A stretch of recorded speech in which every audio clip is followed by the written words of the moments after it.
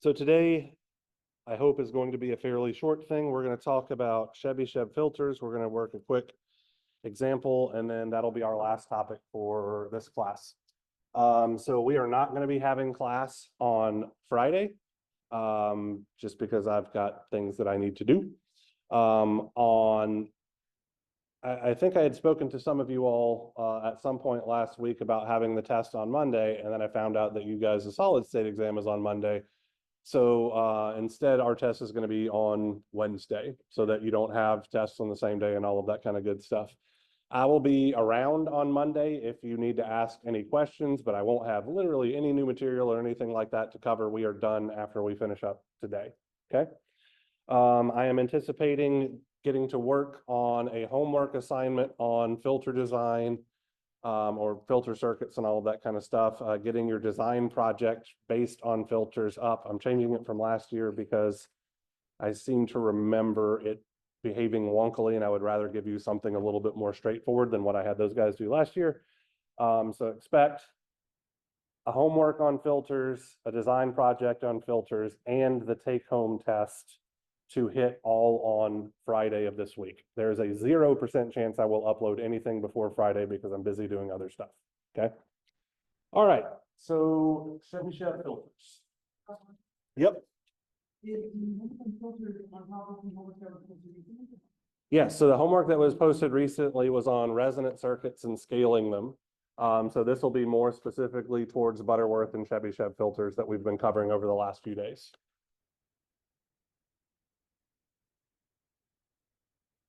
For what it's worth, what I'm thinking about doing for the filters-based homework is just you guys applying the equations to calculate the attenuation at specific frequencies for Chevy filters and Butterworth filters. I might give you a Butterworth problem where I ask you to figure out, based on the order of the circuit and stuff like that, what the scaling coefficients are, but it'll be a low-pass filter, so it'll be fairly straightforward kind of thing. So you would just work backwards effectively from the actual circuit to the table to figure out what Km and Kf are.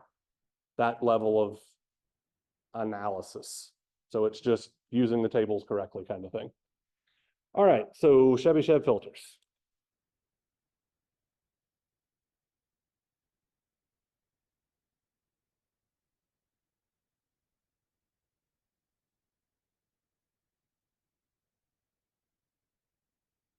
So a Chevy filter is a high quality factor filter.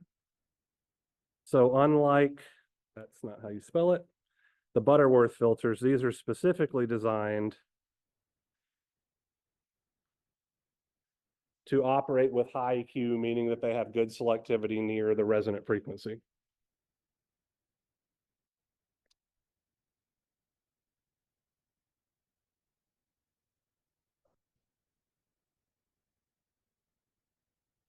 And they are used when we want a steep descent into the stop band.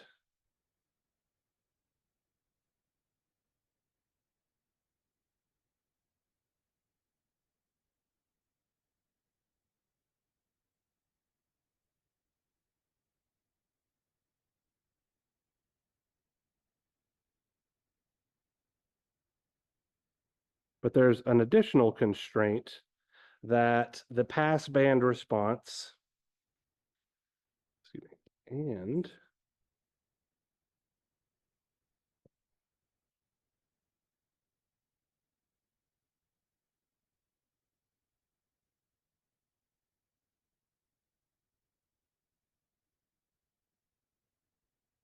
passband response is not required to be flat. Okay. So essentially, a Chevy filter introduces some ripple in the passband. Okay. So if I were to plot the frequency response of a generic Chevy filter, and this is going to be a little bit exaggerated, and then we'll work with one here shortly, we might have something that looks like this. So this is our magnitude response in decibels. And this is our angular frequency omega. And so what we should see is something akin to this. So it's going to be relatively flat for very low frequencies. Then it is going to kind of dip low and then swing up high, slightly higher than the flat part at low frequencies. And then it is going to turn around and fall off quickly and then steady out to a decay that is based on the order of the filter. Okay. So this height between the peak, sorry, I wanted to change the color on that. Bitch.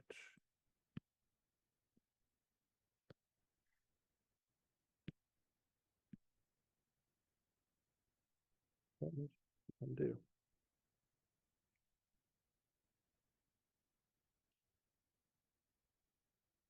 So this value right here is the size of our ripple measured in decibels. So if you go to the tables that I gave you all, I have generated tables specifically for a 0.01 dB allowable ripple, a 0.1 dB allowable ripple, and a 1 dB allowable ripple. And you'll see that effectively the more ripple you allow, the larger the components are effectively. So it's really just a function of how you want to size things and what you're allowing to happen in your system. The more ripple you allow, the better response you get with the fewest number of components, or the faster you'll pass into the stop band. But you get more variation in the pass band, okay? So this ripple increases stop band attenuation near the resonant frequency. Okay, so let me just go ahead and mark the resonant frequency on the graph. As we get away from our resonant frequency, or our cutoff frequency, or whatever we want to call it, it still smooths out into the exact negative 20 dB per decade response for the number of order of the filter that we would normally see. So it just has this kind of funny behavior near the resonant frequency that lets it oscillate, shoot up, and then shoot back down to get into the stop band faster. Okay. So the attenuation of a Chebyshev filter is given by the following relationship, and this one is much grosser than the Butterworth filter. So we're going to have 10 times the log of 1 plus epsilon squared Cn squared times omega over omega c prime. And I'll talk about what that omega over omega c prime bit here is in a moment, okay? So let's just say where Cn squared over, excuse me, as a function of omega over omega c prime is the Chebyshev polynomial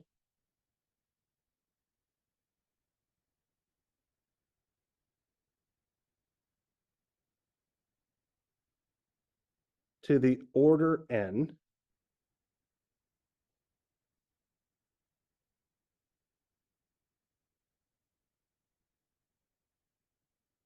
evaluated at omega over omega c prime. Epsilon is equal to the square root of 10 raised to what I'm going to call RdB. So this is just the size of our ripple measured in decibels divided by 10 minus 1. And I'm going to put a note out here to the side. RdB is the passband ripple in dB. Let's see. Omega over omega c prime is equal to omega over omega c. So those are the actual frequency we're at with respect to our corner frequency, multiplied by the hyperbolic cosine, so cosh of b, where this term b is equal to 1 over n, our system's order, multiplied by the inverse hyperbolic cosine of 1 over epsilon. And we'll work an example showing you how to use these things, because I get this is an overwhelming amount of things plugged into other things to just figure out how the hell this thing behaves. Okay. So just for those of you, like, I know somewhere on my calculator there is a button for doing hyperbolic cosine functions, but I cannot for the life of me remember where the hell that is. So just as a quick heads up, hyperbolic cosine, so cosh of x is 1/2 times e to the x plus e to the negative x. And the inverse hyperbolic cosine of x is the natural log of x plus or minus the square root of x squared minus 1. So when I work the example problem in a moment, I'm going to use those relationships because, once again, I do not know where the hyperbolic cosine button is on my calculator. All right, so now let's look at our Chebyshev polynomials. So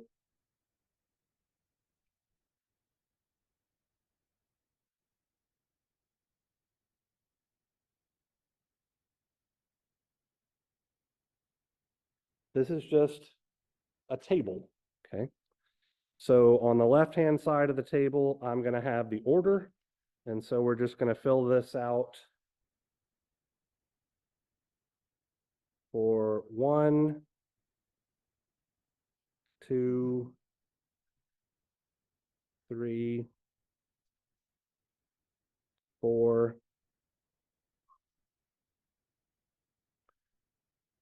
5, 6, and 7th order polynomials. And then over here on the right is our Chebyshev polynomial. So our polynomial for a first order is literally just omega over omega c. For a second order system, we'll have twice omega over omega c squared minus 1. Okay. Third order, we have 4 times omega over omega c quantity cubed minus 3 times omega over omega c to the first power.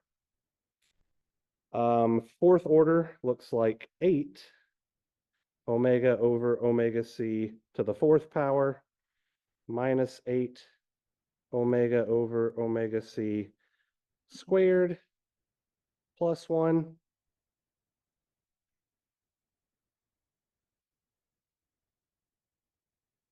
Fifth order is 16 omega over omega c to the fifth power minus 20 omega over omega c to the third power plus 5 omega over omega c.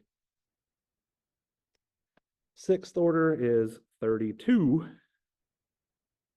omega over omega c to the sixth minus 48 omega over omega c to the fourth plus 18 omega over omega c squared minus 1.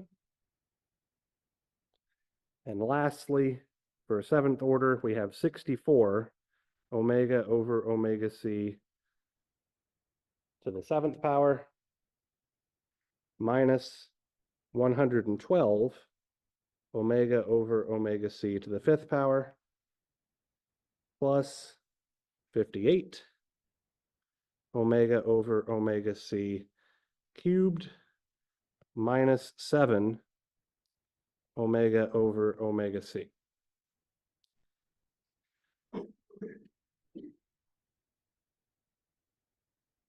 So I'm not particularly expecting you guys to understand this because I honestly can't say that I do too terribly much because I'm not a crazy Russian mathematician from the 1940s. But I want you guys to notice some things, right? So all of our odd orders have powers that are odd, right? So our first order polynomial is to the first order.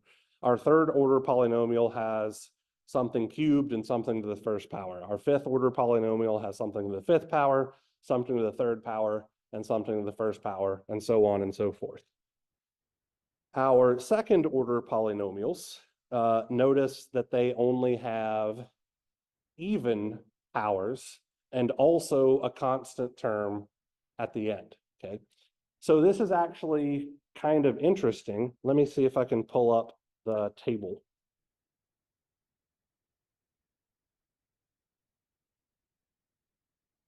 Let's see. Did I save it to my desktop maybe?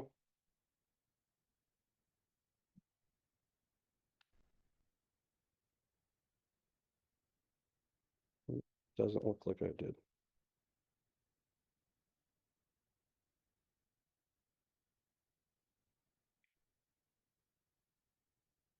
Oh, I don't want last month, I want last week.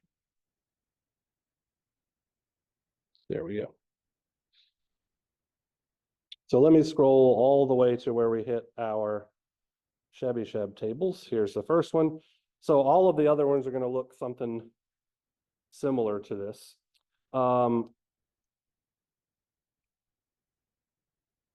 Notice here, all of the Chebyshev tables are set up where RS does not equal to RL, okay? Now, if we look at our even terms, so we're looking at n is equal to 2, literally nowhere on this table is there a ratio of RS to RL that is equal to 1, because we literally can't implement that type of filter with the Chebyshev topology without having to use magnetically coupled coils as part of our filter, which is just way too much stuff, okay? So only with odd order polynomials can we actually set up a Chebyshev filter where the load impedance and the source impedance are matched to each other, right? So we can see here for our third order polynomials, there is an entry on our table where the ratio of RS to RL is 1, but that will not exist for even ordered polynomials, okay? Or, yeah. So I just wanted to bring that to your attention, and it's literally because of the way that this Chebyshev polynomial works, right? So whenever we have that constant term there, that effectively messes everything up with our ability to have a ratio of 1-to-1 between our source and load resistance. Okay. All right, so pop back over here real quick like. So we've got all of the background information. So now let's put this into use. And what we're going to be doing is we're going to look at a fourth order Chebyshev low pass filter with a particular ripple frequency.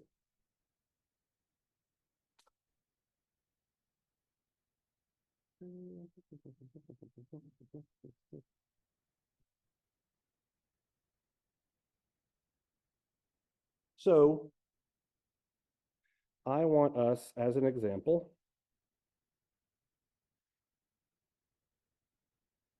to determine the attenuation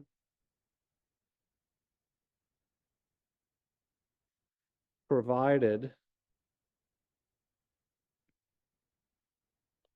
by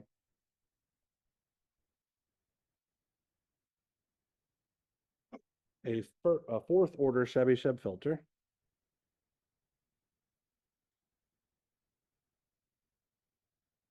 at omega is equal to 3 times, that is a terrible looking 3,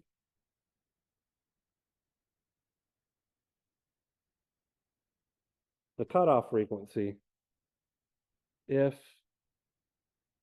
our allowable ripple is 1 dB. Okay.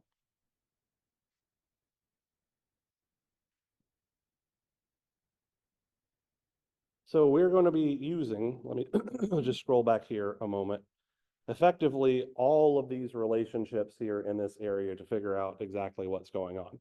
So the first unknown quantity that I see in this expression for my attenuation provided by my filter is epsilon. So we're going to figure that guy out first. So epsilon is just going to be the square root of 10. So our allowable ripple is 1 dB. So I'm just going to put 1 over here and I divide my ripple by a factor of 10. And then I subtract 1. And so when I put this into my calculator, I got epsilon of 0.509. Okay. If you guys want to throw it into your calculator and make sure I didn't screw anything up, you're welcome to do so. Okay. So the next thing I'm looking for is my Chebyshev polynomial stuff, but in order to do that, I need to know what my constant b is for this case, right? So looking back at this relationship, b is 1 over the order of the filter times the hyperbolic cosine of 1 over e, and I'm going to use this substitution here. So we're going to have b is equal to 1 over 4, since that's our order, times the inverse hyperbolic cosine of 1 over epsilon, so that is just 1 over 0.509, and this is equal to 1/4 times the natural log. And so this 1 over 0.509 is effectively taking the role of x in that identity. So I'm going to have x, so 1 over 0.509 plus, so I'm throwing away the negative possibility because that's going to give me a negative value of b, which shouldn't be allowed for this thing, times the square root of 1 over 0.509 quantity squared minus 1. And this comes out to be 0.324.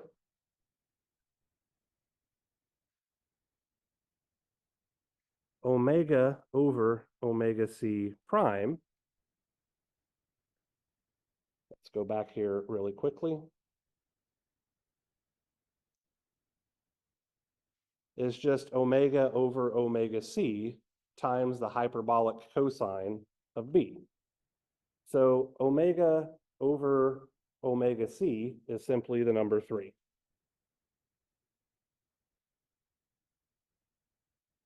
Cosh b, which is 0.324. And then using my substitution, this is going to look like 3. Actually, let me write it this way.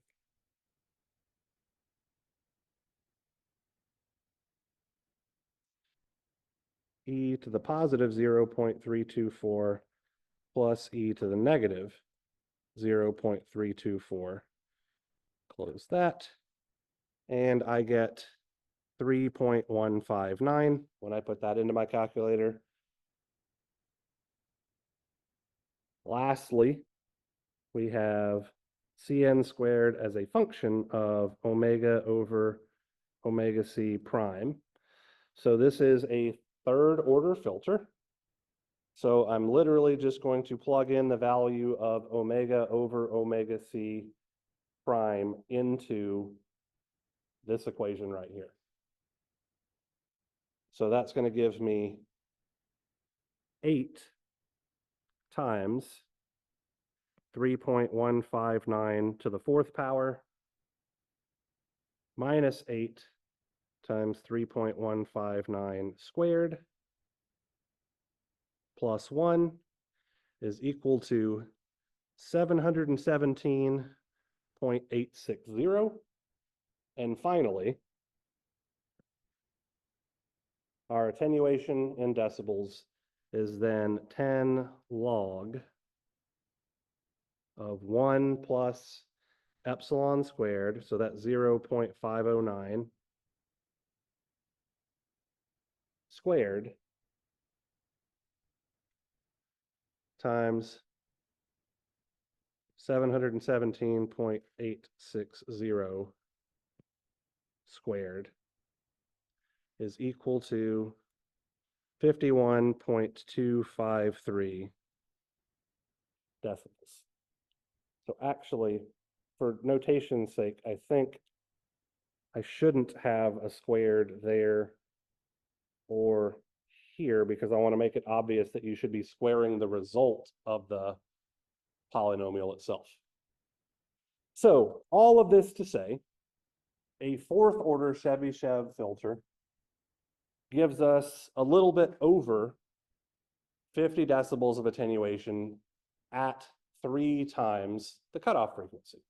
Now, the reason why I'm bringing that to your attention is because in our last class meeting, we figured out that to get 50 dB of attenuation at 3 times our cutoff frequency with the Butterworth filter, it literally took us a 6th order filter. So we can get the same level of performance with a lower order filter out of this Chebyshev filter, okay? So I actually designed a 4th order Chebyshev filter with a center frequency of 50 megahertz. RS is equal to 50 ohms, RL is equal to 500 ohms, and I allowed the max allowable ripple to be 0.1 dB. That's literally just using the table there, because I wanted to kind of do an apples to apples comparison between the Butterworth filter that we dealt with last class and a Chebyshev filter. And so I have that here on LT Spice just to show you guys, right? Let me get rid of this thing. Let me grab a mouse real quick.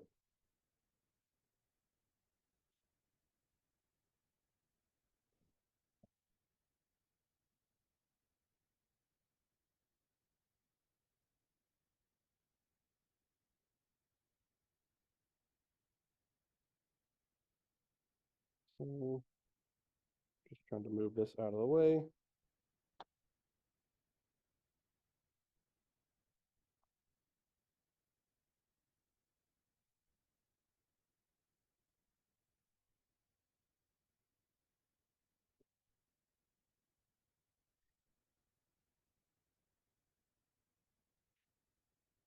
I'm just trying to make it to where we can see the damn thing. Okay, so the curve in green, you guys can see the green okay?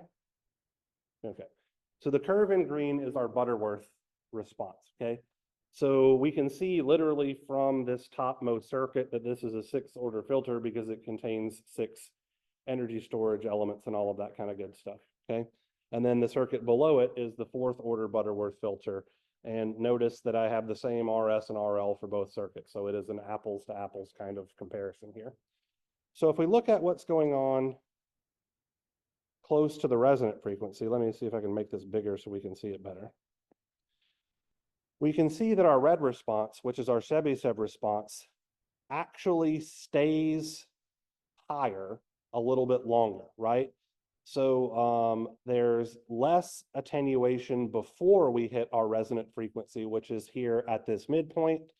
And then there's slightly more attenuation immediately after we hit the resonant frequency.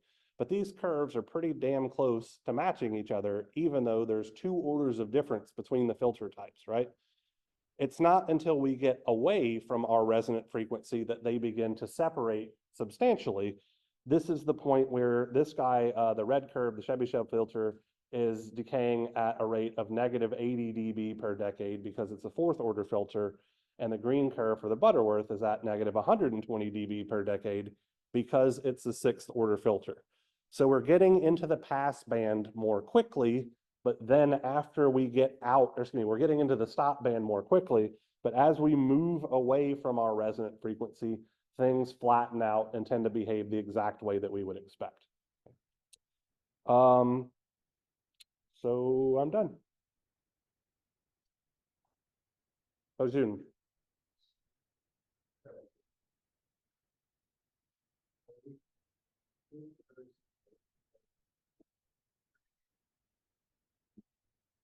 So what do you mean by, is it always 2 orders lower than the Butterworth?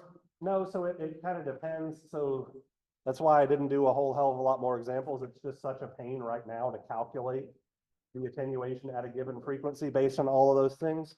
So on my to-do list for next year when I teach this class is to create a plot that shows Chebyshev attenuation as a function of order.